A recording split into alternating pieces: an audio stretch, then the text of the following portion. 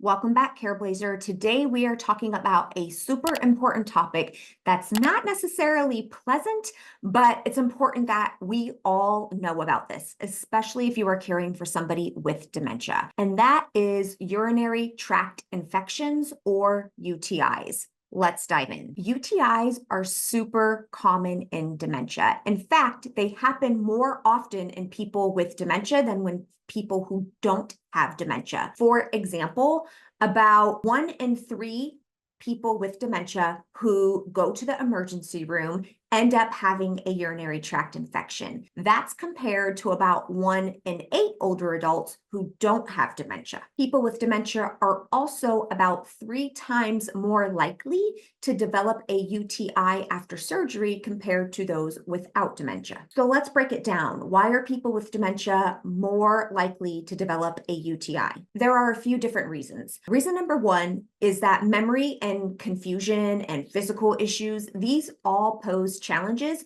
to getting to the restroom when somebody needs to get to the restroom. So think about it. Somebody who's having thinking problems, a little bit more confused, and perhaps having some physical challenges, they might not be drinking enough water during the day. They might not be using the bathroom regularly or getting to the bathroom on time when they have to, and they might not be maintaining good personal hygiene or even cleaning themselves properly after using the toilet. And sometimes people with dementia don't change their clothes regularly. All of these things can increase risk for UTI. Another possible reason is just a weakened immune system. This is not particular to people with dementia, but as we age, we tend to be more susceptible to infections, and this makes it more likely and easier for UTIs to occur. Also, many times people with dementia have communication problems, which means that if they do develop a urinary tract infection, they likely are not going to be able to verbalize, hey,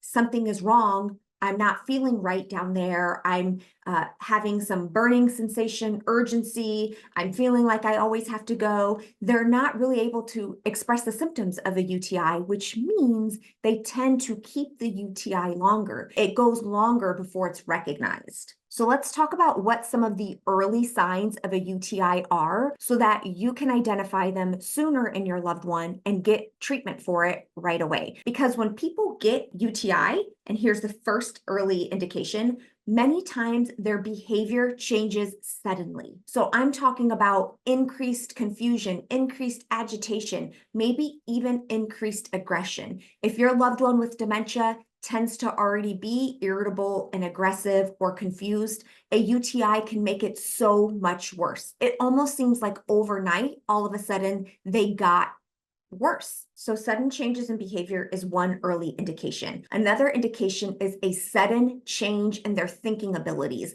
usually them becoming more confused. We refer to this as delirium, and I've done an entire video on this important topic. People with dementia are more likely to get delirium as well. And so I'll be sure to link to that video in the show notes below. But we're looking for sudden changes in behavior, sudden changes in thinking, increased confusion, having difficulty speaking or remembering things they normally wouldn't. Another thing that can often happen are hallucinations, where your loved one might see or hear things that are not there. This, especially if your loved one does not have hallucinations at baseline, like if they don't normally see or hear things that aren't there, but all of a sudden now they are, this could be a sign that a UTI is present. Look for any significant changes in their daily habits. So any changes suddenly in their appetite, in their sleeping schedule, in their level of alertness. Maybe they seem more drowsy, or maybe they seem super, super elevated. Physical changes can also be an indication. So looking for things like frequent falls, maybe touching their belly area a lot, touching their abdominal area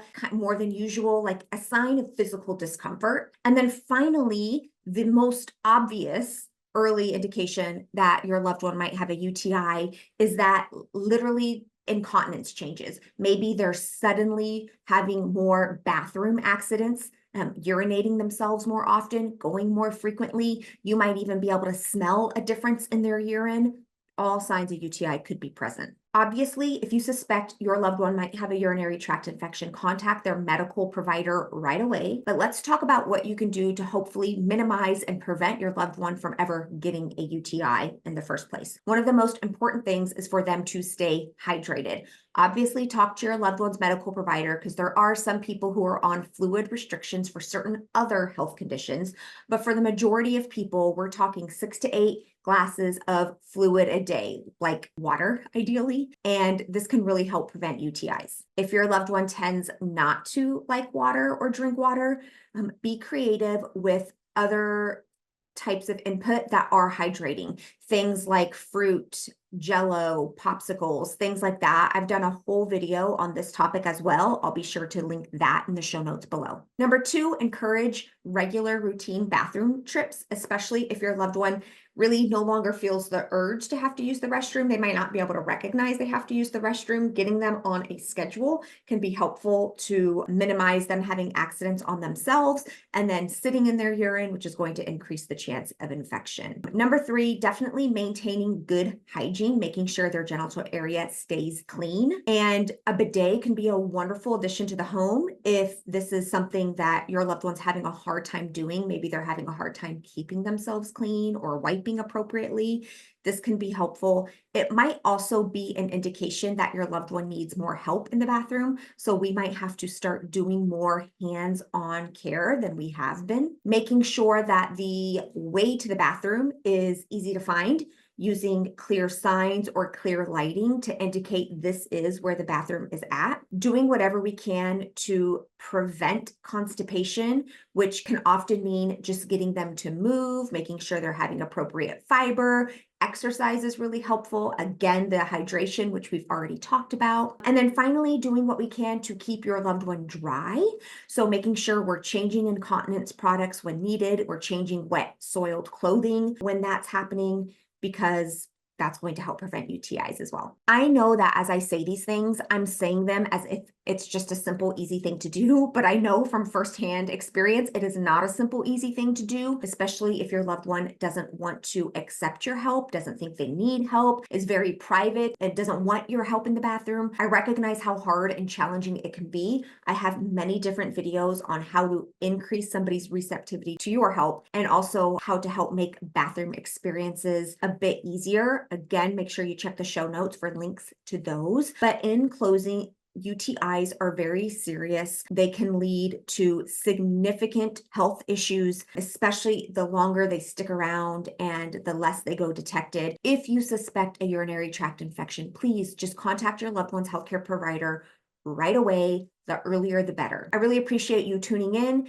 I'm wishing you all the best in 2025. If you have any topics or videos or questions you want us to answer on this channel, we are here for you. Leave them below in a comment. We read them and we'll add them to our running list of video topics. If you're looking for a community where you can get support from other Careblazers, be able to ask me and other dementia experts questions, including a dementia nutrition expert who talks a lot about how to increase fluids and hydration for people with dementia, make sure you check out our Care Collective, where we come together multiple times a week, every single week, offering live support, as well as a library of resources available to you 24/7. All of that and more is inside of the Care Collective. Link to that is below. Sending you so much love. Keep up the great work. Bye.